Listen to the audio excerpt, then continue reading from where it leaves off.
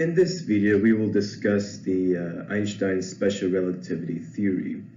And what this is, it's a theory for motion approaching the speed of light. So we will refresh ourselves on what light is according to Maxwell, and we will discuss the issues that arise from the fact that the speed of light is a constant speed and that it's a speed that cannot be surpassed. And the problems lie within the classical paradigm, specifically Galileo's relativity, and how that suggests that the speed of light can be surpassed. But it would be Albert Einstein to say that you cannot do that, and he reinvents the principle of relativity. And this is how he would also get E is equal to mc squared. So to remind ourselves what light is, Maxwell was able to transform the Faraday and Ampere laws into wave equations for the electric and magnetic fields, and from which we could get the speed of light as just this combination of our constants for electricity and magnetism here. And as we've seen before in optics, the speed of light is slower for denser materials with larger indices, but still is exceedingly fast with this equation here, and Snell's law is right here.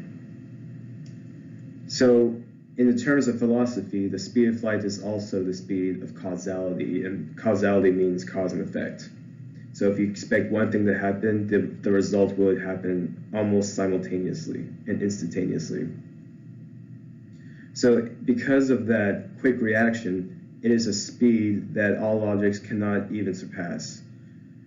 And that idea does throw in some problems for classical physics. And so in classical physics, the equations behind Newton's laws and Maxwell's equations is Galilean relativity, which says that space and time are absolute. So just like projectile motion back in physics 1, we were able to make the assumption that the time for the x direction and the y direction are the same time. And yes, it is. That is how we could link the x and y dimensions together for projectile motion.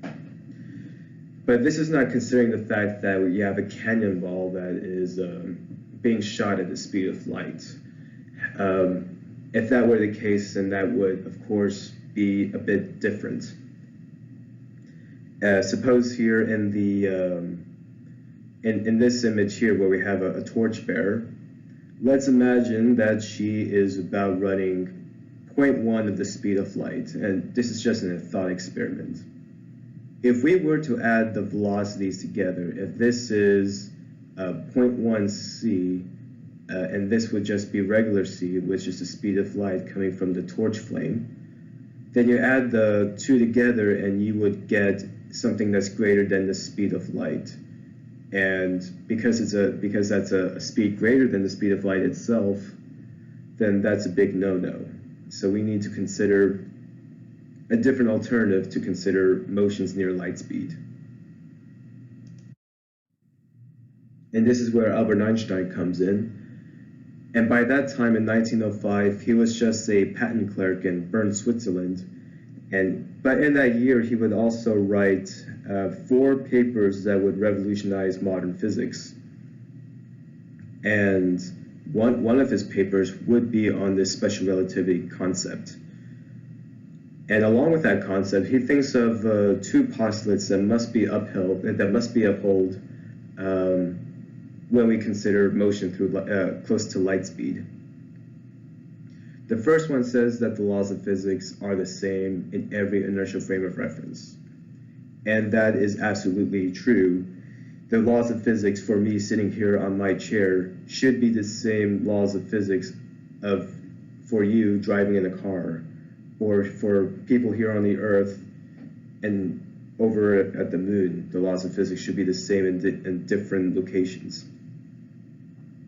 But the second postulate is where things get revolutionary, and that is that the speed of light in the vacuum, which is also the same here in the air, is the same in all inertial frames of reference and is independent of the motion of the source. So that means it doesn't matter where the source of the light comes from.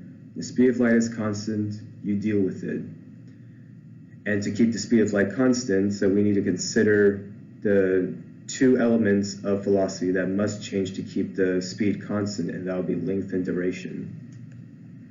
And of course, when we move through light speed, move close to light speed, we will see the strange relativistic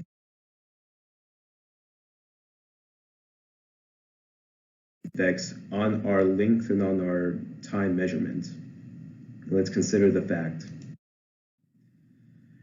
So here, when we have a torchbearer here on the top left corner, that she's running alongside a mirror that's moving at the same pace with her. A light ray that comes from the torch, it ricochets off of the mirror that's right here, the black bar. It bounces off and hits her retina. So this is a time it takes for that light beam to ricochet off of the mirror and hit the retina. And that time is t0. An outside observer, he measures his own time of the same event, but he measures his time as just standard t. Now, of course, if the torchbearer, if she's running at a speed that's not even close to the speed of light, then we can say, of course, that the observer time, the regular t, is the same as the runner time, the t0. But if her speed approaches the speed of light, then our measurements of time, the outside time, regular t, would be different from t0. And if we go through the motions of the math, here's how we label t0, and here is how we label the outside t, which if it's based on this L, which is the hypotenuse of the light beams here, then we could go ahead and use the Pythagoras theorem. And since we have an outside t here and here on both sides of the equation, we square everything together and get this,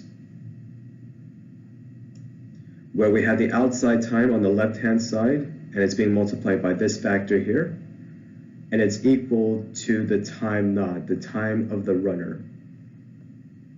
So as I call the regular t outside time, this t naught will be the inside time, the time that the actual person running measures versus the time that the standing motionless observer measures. And the outside time, this delta t, it is indeed a different measurement of time should the velocity approach the speed of light. Because as we see in this equation here, and let me box this in, as the velocity comes close to c, then this number overall becomes a small number, and you have a small number in the denominator that is of course a large number. So this is indeed a dilated equivalent of the time the runner measures herself. And this gamma is right here. This gamma is called the Lorentz factor, and it is named after the same guy who thought of the magnetic force, the Lorentz force.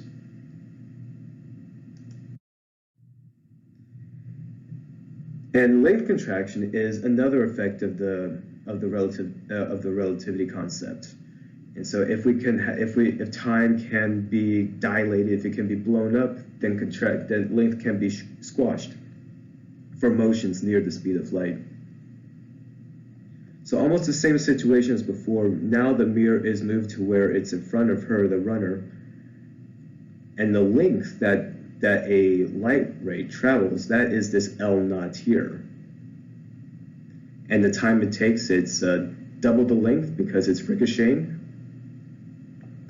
The outside observer here, he measures that he measures that length as increasing, because as she is running past, and let's also say that the mirror is also moving in the opposite direction of the runner, of course, but at the same pace. While she's running, the mirror is running.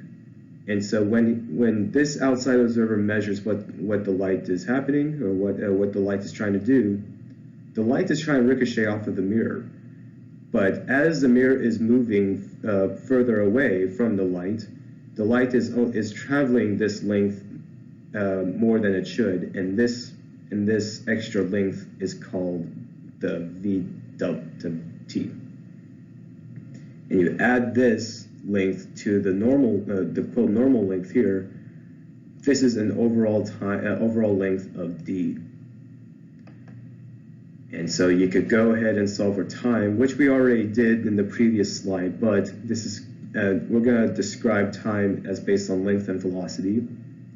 The first time frame here, which comes from this d equation right here, excuse me, and it's which is also equal to the speed of light times that time frame.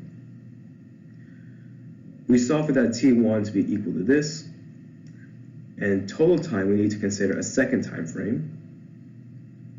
And so when we add time together, which we know to be the dilated time that the rudder measures herself, all of this is equal to this. And because this is also the dilated time, this means that this term here, that is the t naught. That is the t naught that the runner measures time-wise. And if this is equal to what we solve for, then we get an equation for squash length, which is right here. And so indeed, should the runner move closer to the speed of light, v will become c, and this whole square root term would just be close to 0. So indeed, it is a very small number, a squashed equivalent to what is measured by the runner herself. So if time and length can change just by the motions alone, then momentum and energy would definitely be altered. We were introduced to momentum back in Physics 1 as this equation here. If our speeds are far less than c, then of course we can still use the original definition. Otherwise, if we have speeds that are approaching c, then we need to correct the momentum with this gamma term, which means if you dilate momentum, some other parameter in the momentum must also dilate. And since there's no time to dilate, the other thing to dilate is the mass. So we could call this mass m here as gamma m naught, where this m naught is the rest mass. Total energy, we were introduced to total energy as the sum between the kinetic and potential energies. If you have a motionless object, it has maximum potential energy, which as it undergoes motion, it will be completely converted to kinetic energy. But for special relativity, total energy is dilated potential energy. So you get this term, which we could solve for the kinetic energy as gamma minus 1 u naught. And this u naught, that is the rest energy of our object. And the rest energy is practically potential energy. And this potential energy is usually for motionless objects, like small particles with negligible mass. But even if that object is stationary, it's still energetic through quantum mechanics. And if it's radioactive, all of its rest energy, all of its potential energy stored inside will be emitted as radiation through radioactivity, such as uranium, for instance. So for potential energy, back in Physics 1, we solved for potential energy as this equation here, where we look at a specific type of force, and using our displacement dx, and we integrate both sides, where the x goes from 0 to some length out of equilibrium. For special relativity, this whole term becomes the dilated momentum.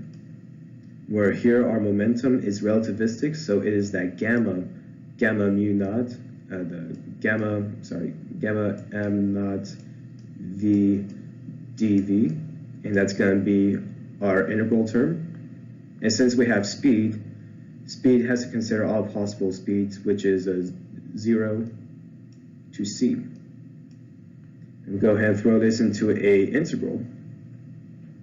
And we use u substitution here, and we go through the motions of the math, and what we end up is that u naught is equal to m naught c squared, and this is the origin of E is equal to mc squared.